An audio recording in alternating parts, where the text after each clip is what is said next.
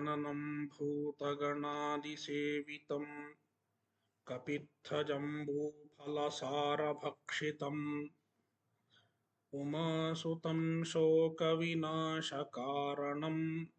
नमामि विघ्नेश्वरपादपङ्कजम् सरस्वति नमस्तुभ्यं वरदे कामरूपिणि विद्यारम्भं करिष्यामि सिद्धिर्भवतु मे सदा सदाशिवसमारम्भां शङ्कराचार्यमध्यमाम् अस्मदाचार्यपर्यन्तां वन्दे गुरुपरम्पराम् श्रुतिस्मृतिपुराणानाम् आलयं करुणालयं नमामि भगवत्पादं शङ्करं लोकशङ्करम् शङ्करं शङ्कराचार्यं केशवं बादरायणं सूत्रभाष्यकृतौ वन्दे भगवन्तौ पुनः पुनः ईश्वरो गुरुरात्मेति मूर्तिभेदविभागिने व्योमवद्व्याप्तदेहाय दक्षिणामूर्तये नमः।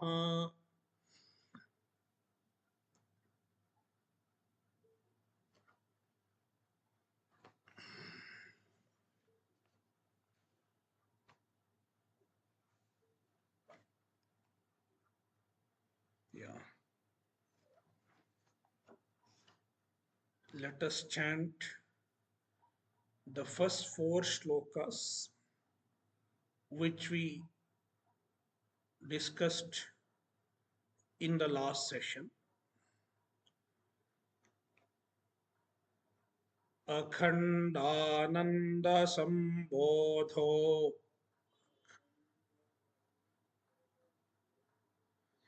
vandanadyasya jayate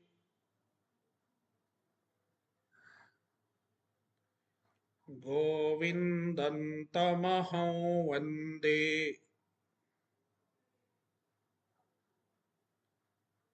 chidanandatanum gurum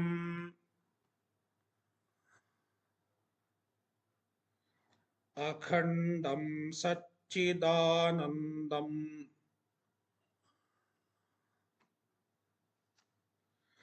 avangmanasagocharam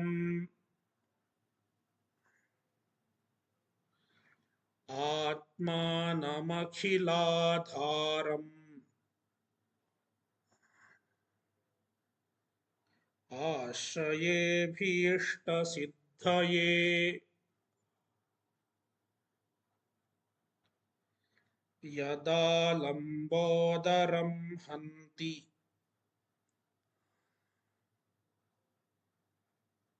satam pratyuha sambhavam tada lambedayalambam lambodarapadambujam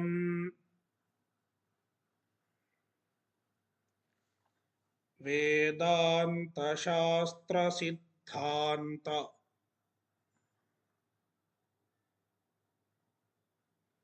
Sara-Sangraha uchyate prekshavatam mumukshunam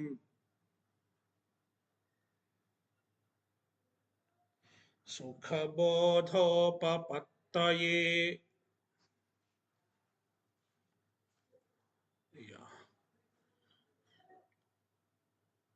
The first three shlokas were Mangala shloka, prayer verses, and the fourth shloka was Grantharambha Pratijna. The author stated what he is going to explain. And he also stated the purpose.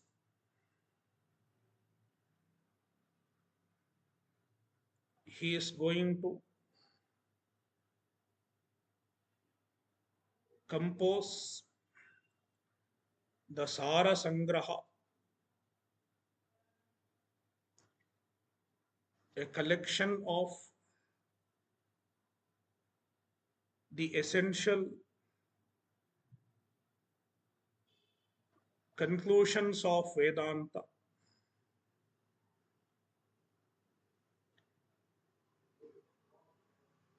And he also stated the purpose of this text. Sukhabodhopapattaye, so that the mumukshus can understand the Vedanta easily.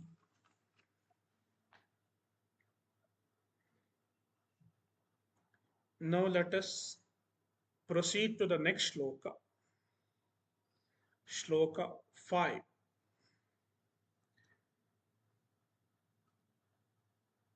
Asya shastranusaritvat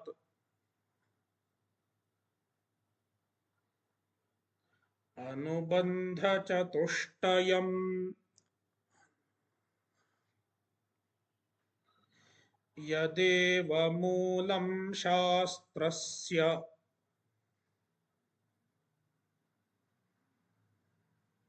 nirdishtantadihochyate.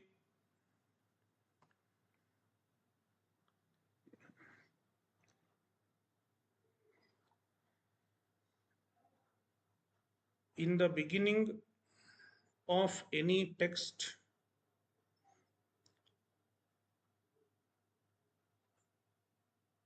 it is a convention to state the anubandha chatushtaya.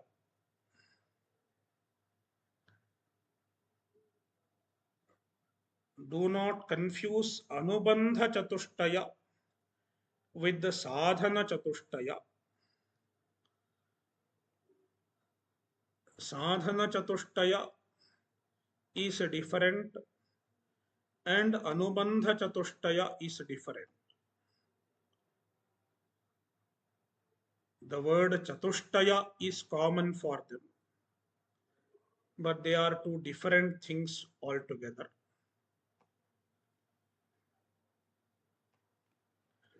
Anubandha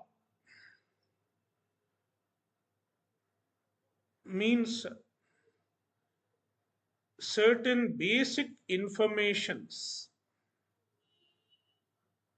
regarding a text or regarding a subject matter.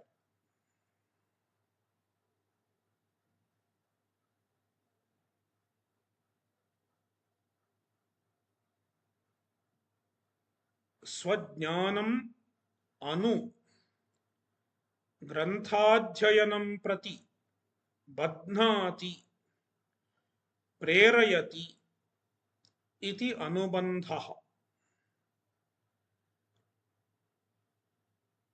After knowing them, you can decide whether you should study the Shastra or not, whether you should study the text or not. Such information is called anubandha. For example, in a bookshop, you come across a book. How do you decide whether you should buy the book or not, or whether you should study the book or not? You have to look into some basic information regarding the book. Once you know the basic information, you can decide whether you should buy the book or not. Such basic information is called anubandha.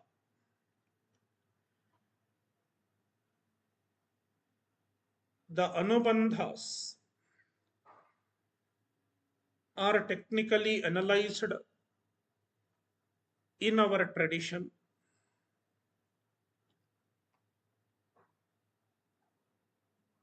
They are fourfold. There are four anubandhas, four basic information, namely adhikari, Vishaya, sambandha, and prayojanam.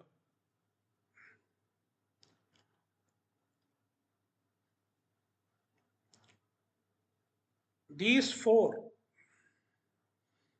are like four pillars of any subject matter, four pillars of any discipline of knowledge.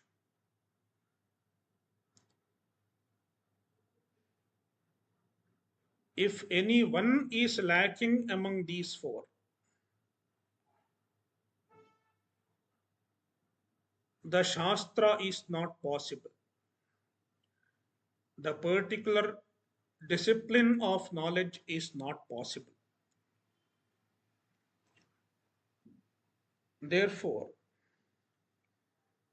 the author describes Anubandha Chatushtaya as Shastrasya Moolam.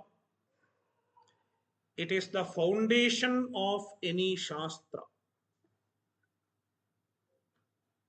Because if the four Anubandhas are lacking, the Shastra is not possible.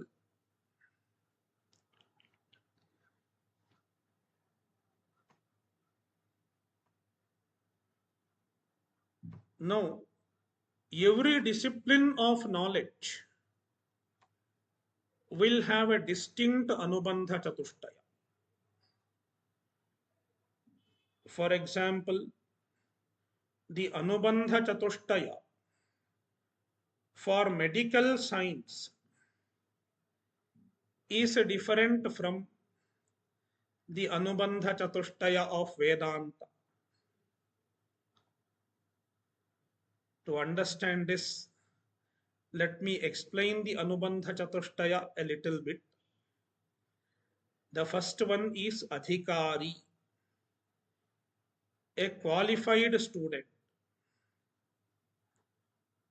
Who is the qualified student for medical science? Let us say MBBS, the medicine course. To get into MBBS, one should have completed the school with the science, and he should have scored certain amount of percentage. Then he is qualified to go for MBBS course. He is the adhikari. Whereas the adhikari for Vedanta is different. We are going to discuss who is the adhikari for Vedanta. So every subject matter, every discipline of knowledge has a distinct Anubandha Chatushtaya. Now, the author has to state the Anubandha Chatushtaya for this text. What are the Anubandha Chatushtaya for this text? The author says, since this is a Vedanta text,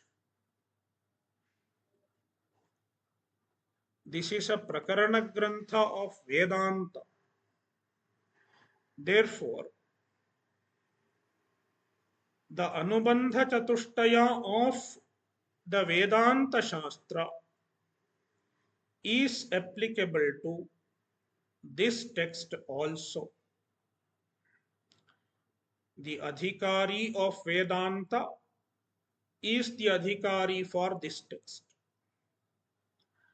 The Vishaya of Vedanta is the Vishaya of this text, and so on.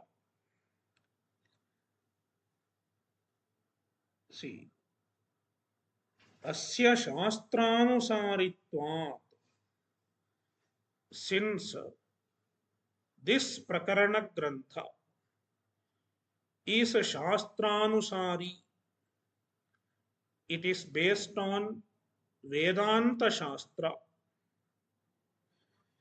Therefore,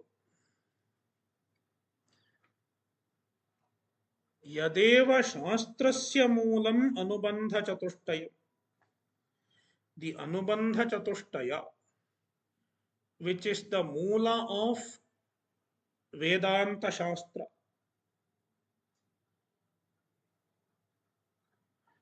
which is the basis of Vedanta Shastra,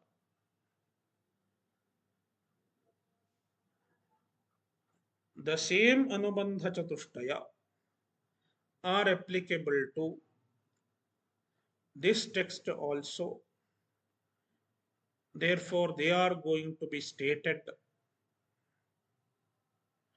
Tad iha uchyate nirdishtam, yat nirdishtam tat iha uchyate. What is told in the Shastra as the anubandha chatushtaya, tat iha uchyate. The same anubandha chatushtaya is going to be told here. It does not have a distinct anubandha chatushtaya. Its anubandha chatushtaya is same as the anubandha chatushtaya of Vedanta Shastra. Therefore, the anubandha chatushtaya, which are discussed in the source books of Vedanta, the same anubandha chatushtaya are going to be told here. Now let us look into the four anubandha chatushtaya. What are they, etc. Shloka 6. Adhikari cha vishayaha sambandhascha prayojanam shastrarambha phalam prahuhu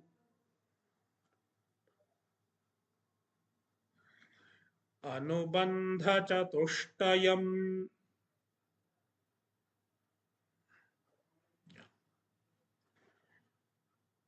The author enumerates the four anubandhas. Adhikari,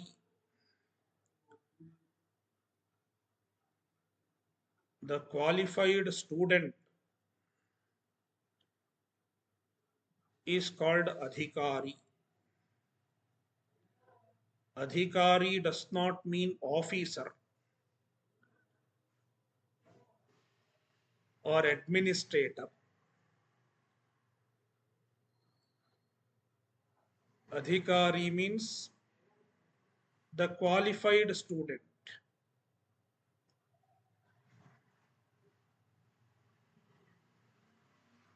Vishaya, the second one is Vishaya, subject matter. What is the subject matter of any text?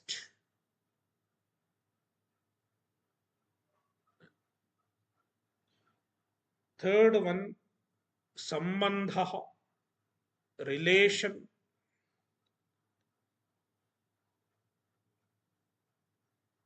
It can be understood as relation between the text and the subject matter.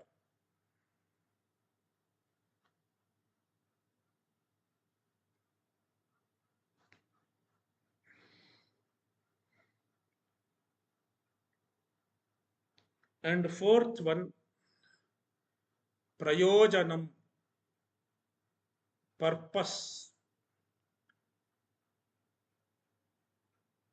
What is the purpose of knowing the subject matter?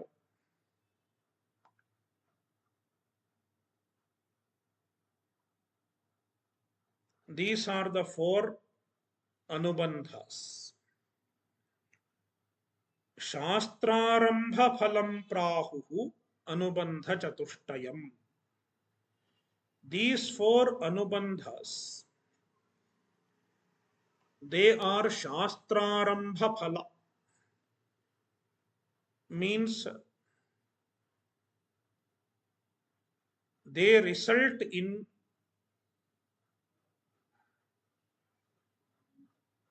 composing a text.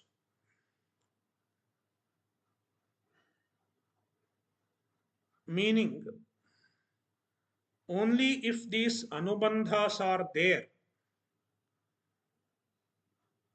one writes a text.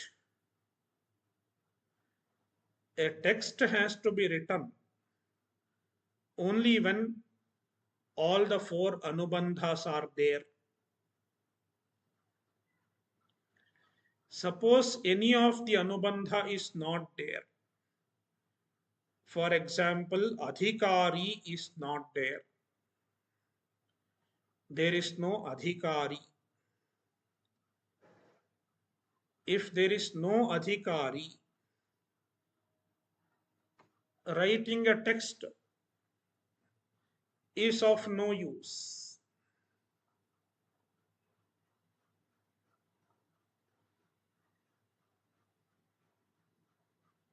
Suppose nowadays somebody writes a text on how to repair a typewriter.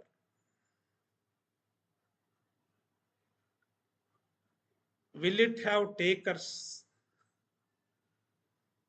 It will not have any takers, perhaps, because typewriters are hardly used nowadays. All typewriters are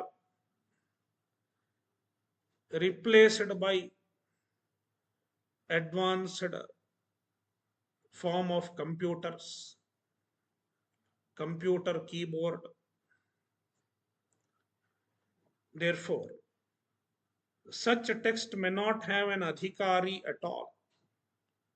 A qualified aspirant is not possible.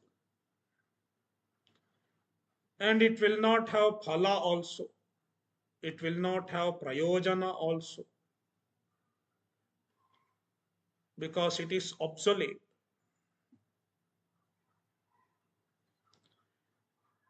Therefore, the anubandha chatushtaya or shastrarambha phala, they lead to the formation of a shastra.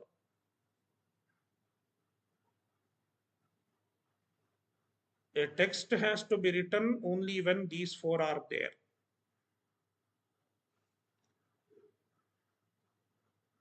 That is why in many texts, especially the advanced texts of Vedanta, in the first few pages, you will come across a discussion.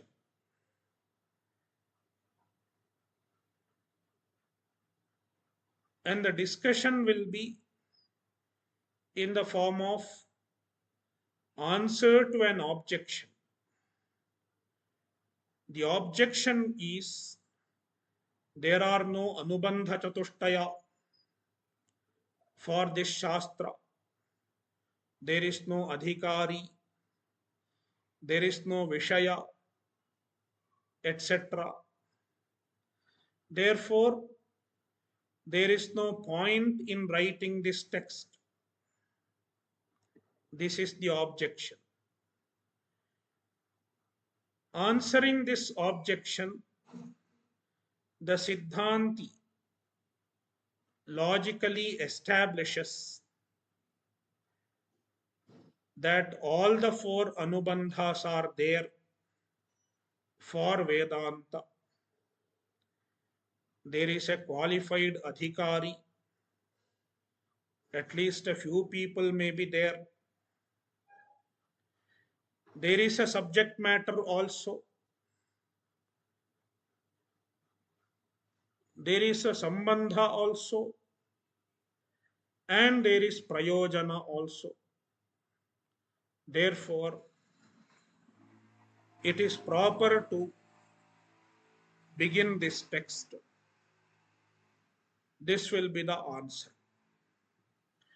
That is how the anubandha chatushtaya is established in the beginning of a shastra in order to justify the effort of the author in the form of writing a text. Next sloka.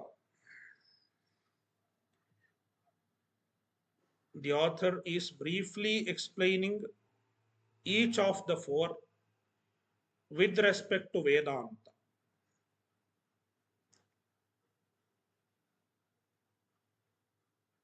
Shloka 7.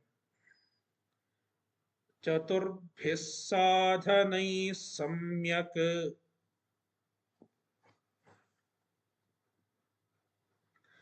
सम्पन्नो युक्तिदक्षिणः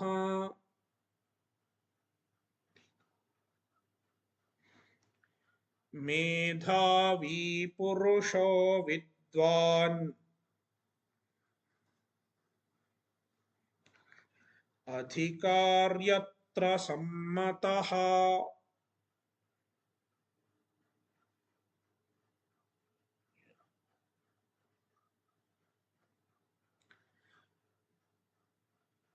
The adhikari of Vedanta, we should note that these four are common for all shastras: adhikari, Vishaya, sambandha, and prayojanam. These four anubandhas are there for every shastra. But who is the adhikari? What is the Vishaya? These differ with respect to each shastra. Every shastra has a unique adhikari, Vishaya, sambandha, and prayojan. The adhikari of Vedanta is different from the adhikari of another shastra. Let us say Ayurveda, or let us say Gandharva Vidya. The adhikaris are different. Now the adhikari of Vedanta is being told Chaturbhihi sadhanaihi samyak sampannaha. An adhikari of Vedanta should have fourfold sadhanas, which are called sadhana chatushtaya: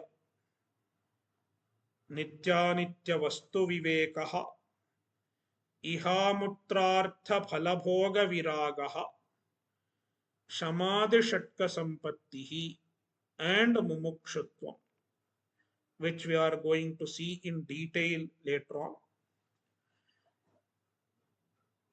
So the first criterion of an adhikari is that he should have sadhana chatushtaya,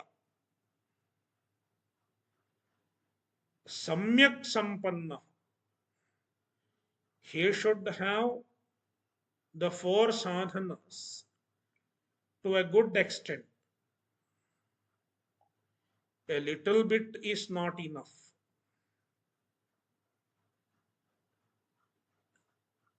he should have a good amount of these sadhanas. Yukti dakshinaha, this is second criterion. He should be an expert in reasoning. He should have the ability to reason properly.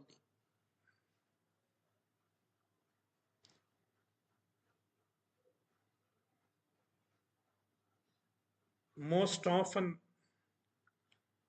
we hear people making illogical statements, even with respect to ordinary things like even politics.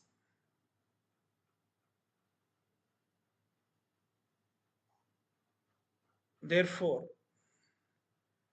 one should have an ability to reason properly.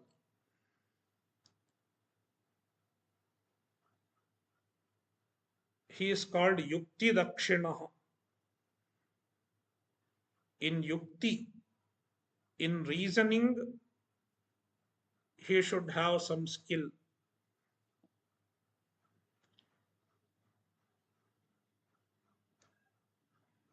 And criterion number 3, Medhavi. Medha asya asti iti medhavi. One who has medha is called medhavi.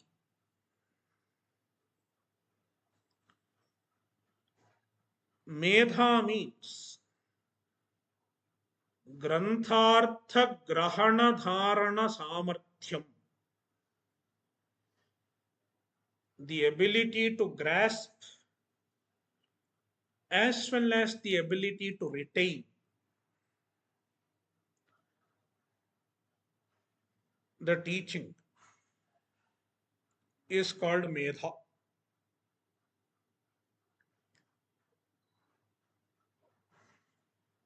One who has that power is called medhavi, implying one should be reasonably intelligent.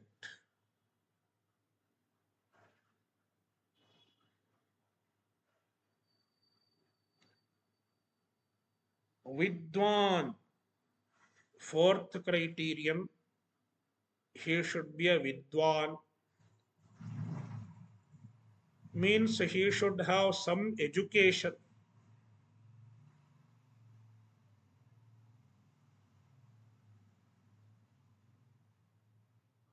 He should have enough education to understand the teaching.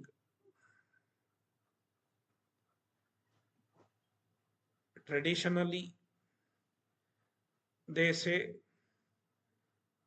before studying Vedanta, one should have studied the Veda,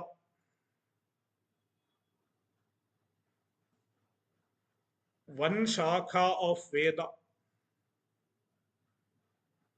Then he should know Vyakarana, Nyaya, and Mimamsa Shastra. These are the qualification, the educational requirement to enter Vedanta.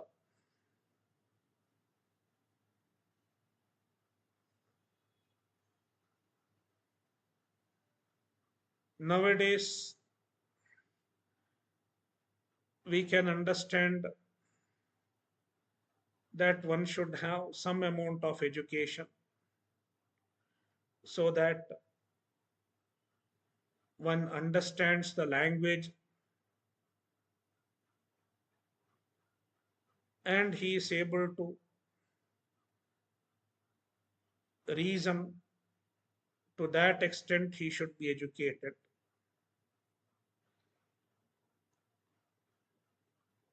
Therefore, Vidwan, Purushaha, that kind of a human being, adhikari is a human being.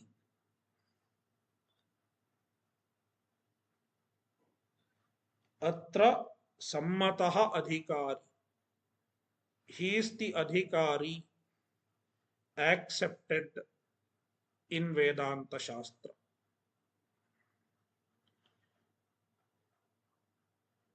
In order to benefit from the Vedanta Shastra, one should be an adhikari. What will happen if I am not an adhikari? If I am not an adhikari, I am not going to be benefited. That is why one should be an adhikari to study Vedanta. Shloka 8. Vishaya Shuddha Chaitanyam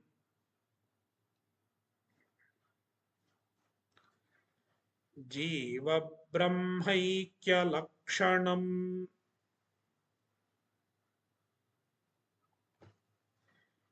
Yatraiva Drishyate Sarva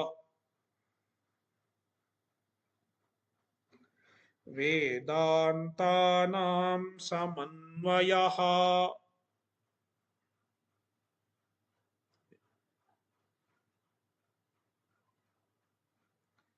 Vishaya, the second anubandha, second among the anubandha chatushtaya, is the Vishaya. What is the Vishaya of Vedanta Shastra? It is Shuddha Chaitanyam, pure consciousness.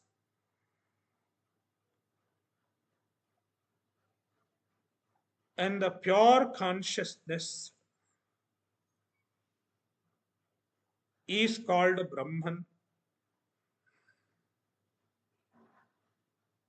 And the Vedanta reveals that the Brahman is nothing but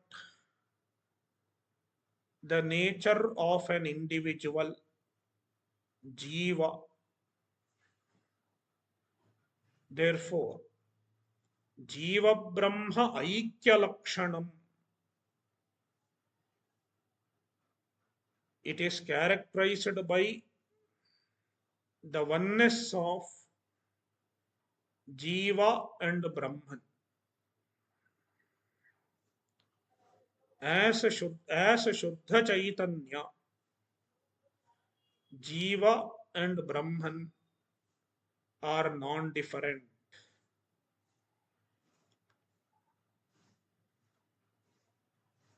The non-difference of Jiva and Brahman in the form of Shuddha Chaitanya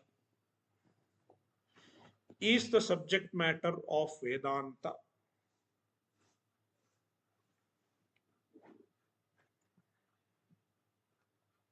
Now one might ask, what is the evidence? What is the pramana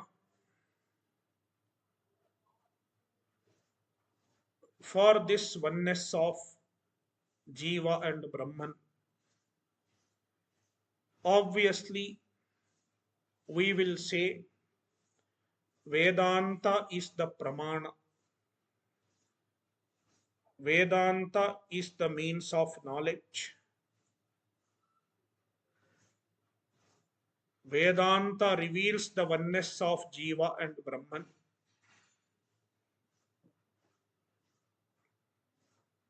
Then one might ask, how can you say Vedanta is revealing Jiva Brahma Aikya? Because in Vedanta, So many other things are also discussed. Srishti is discussed. Upasanas are discussed. Then how can you say Jiva Brahma Aikya is revealed by Vedanta? The answer is, even though Vedanta discusses many other aspects,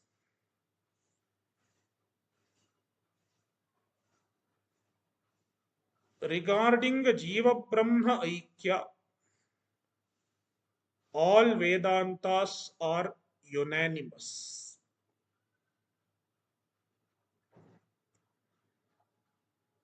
All Vedantas, all Upanishads unanimously reveal the Jiva Brahma Aikya.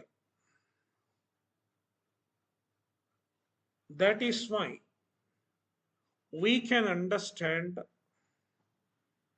that Jiva Brahma Aikya is the central teaching of Vedanta. The principal teaching of Vedanta is Jiva Brahma Aikya.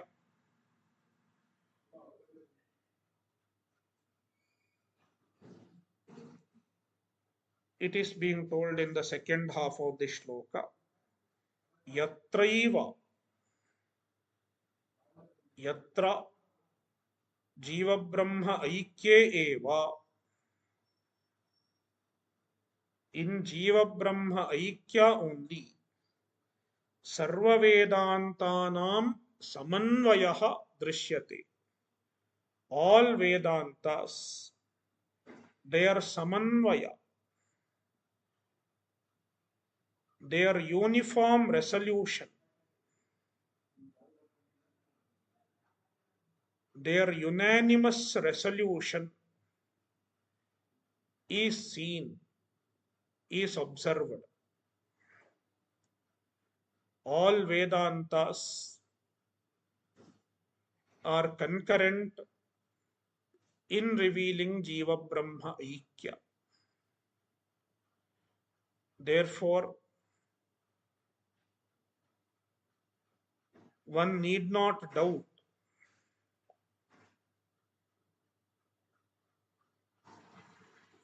that Vedantas reveal Jiva Brahma Aikya or not.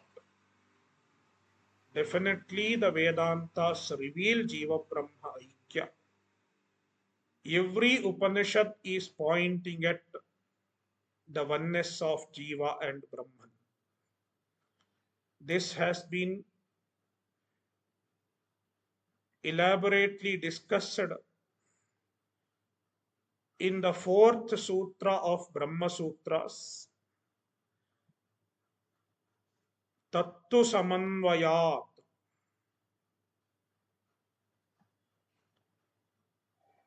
The fourth sutra forms the fourth adhikarana of Brahma Sutra, Samanvayadhikarana. Here the author is pointing at that adhikarana. Therefore, he uses the word samanvayah. Yatraiva sarva-vedantanam samanvayah drishyate.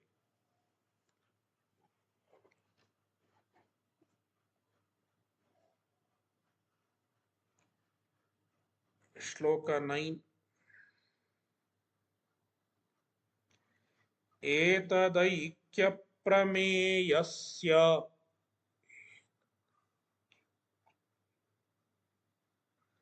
pramanasyapi cha shrutehe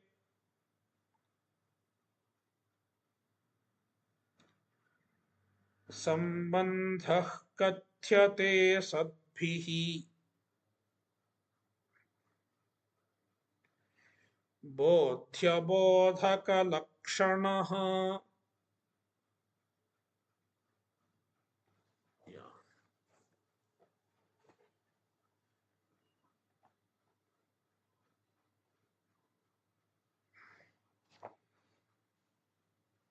Now, the author is mentioning the third anubandha,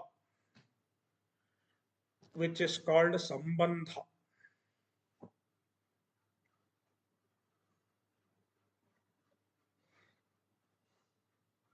The sambandha that is mentioned here is the relation between the Shruti pramana and the subject matter, between Vishaya and the pramana. Vishaya is Jiva Brahma Aikya,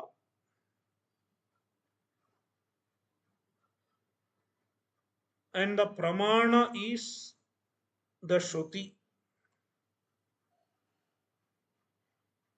Between Shruti pramana and Jiva Brahma Aikya, what is the sambandha? The author says the sambandha is bodhya bodhaka lakshanaha,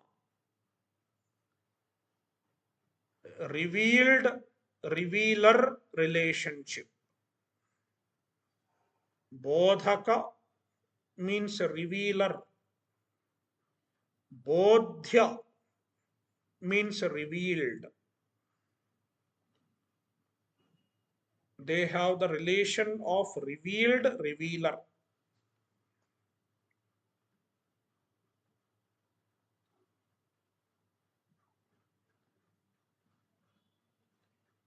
Etadaikya prameyasya. Etadaikya means Jiva Brahma Aikya. The oneness of Jiva and Brahman, which is the prameya. Prameya means Vishaya, subject matter.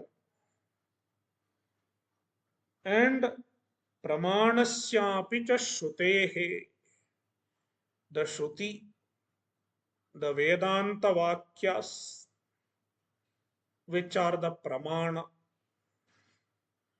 Between them,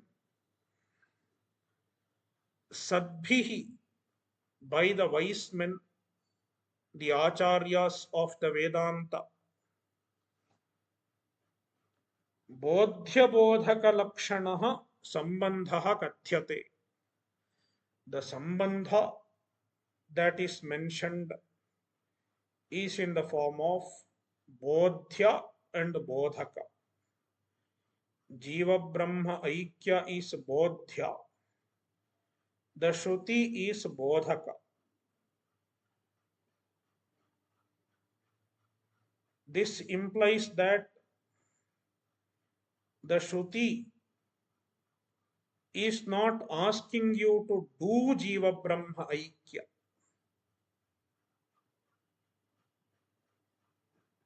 It is not prerya preraka lakshana. The Shruti is impelling you to do something,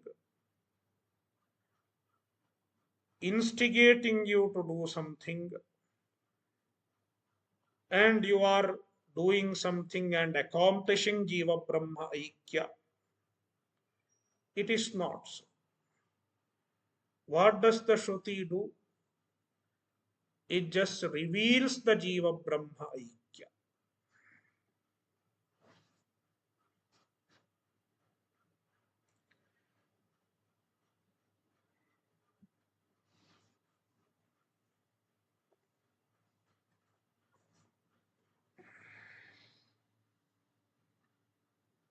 Bodhya bodhaka lakshanaha sambandha kathyate.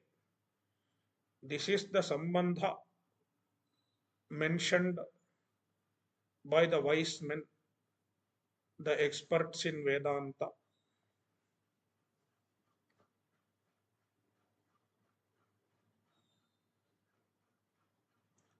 Shloka 10.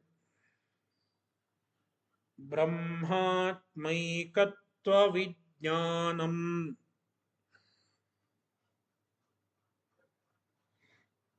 Santah prahuh prayojanam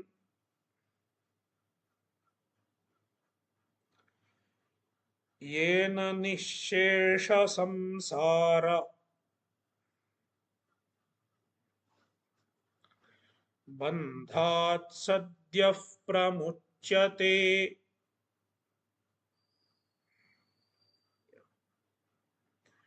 The fourth anubandha is prayojana. If you look into some other texts, some other prakarana granthas of Vedanta, they might say moksha is the prayojana. Moksha is the prayojana of Vedanta Shastra. Some other texts might say. But here, the author does not say moksha is prayojana. Then what is the prayojana? Jnana is the prayojana.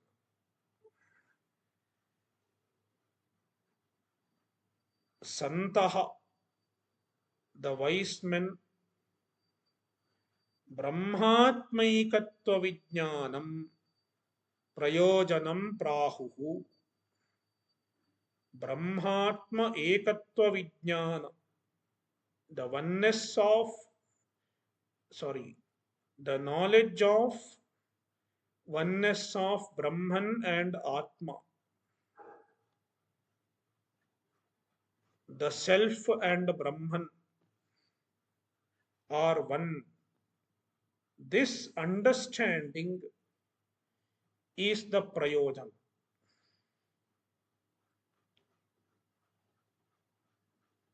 Why the author does not say moksha is the prayojana? Here we are discussing the prayojana of the text, the Vedanta Shastra. The text does not produce moksha directly. What does the text produce? The text produces understanding. The text can generate knowledge. Therefore, the direct benefit of the text is Atma Jnana.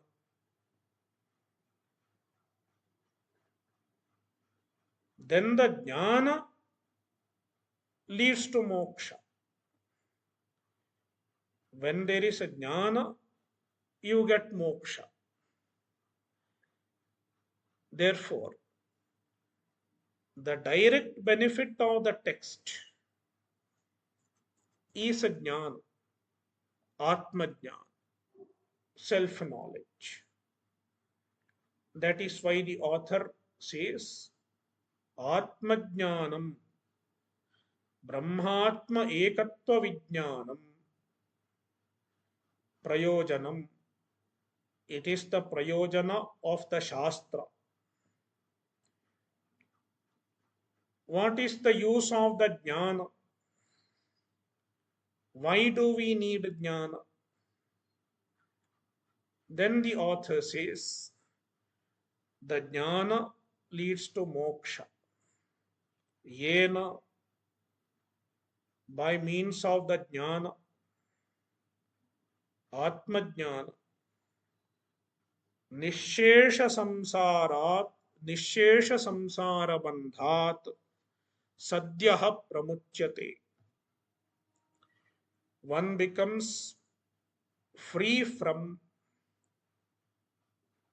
the samsara bandha, the bondage of samsara.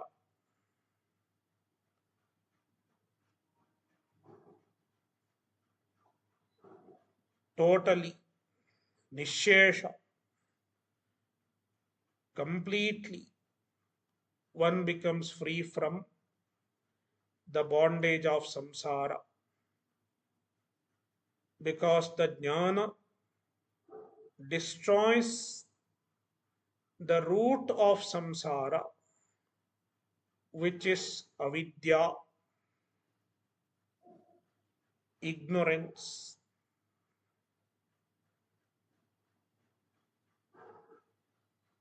Now, how long does one take to be free from samsara after getting jnana? The author says, after jnana, you don't have to wait. Sadhyaha, immediately. As soon as you get jnana, you are free from samsara. Jnana leads to sadhyomuktihi, immediate liberation, immediate freedom from samsara. There is no time lapse between jnana and moksha.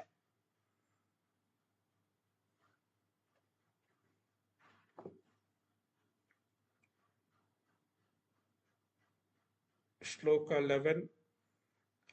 Prayojanam sampravrittehe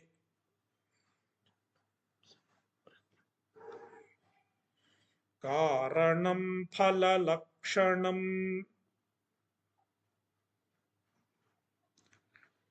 prayojanamanuddeshya namandopi pravartate.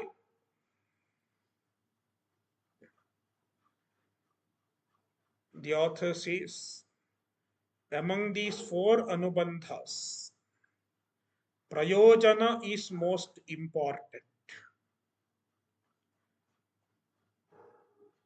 Why? Because prayojana is the one which motivates a student to pursue a shastra, to pursue a subject matter, to pursue a discipline of knowledge. Phalalakshanam prayojanam, the prayojana, purpose, which is the result. Phalalakshanam. Prayojana is nothing but phala, the result. Sampravrittehe karanam. It is the karana, the motivating factor to engage in any pursuit.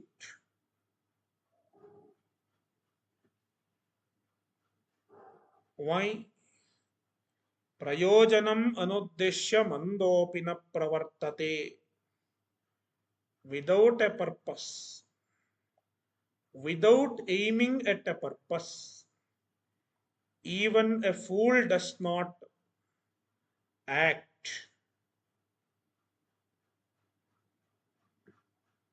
Nobody works without a purpose.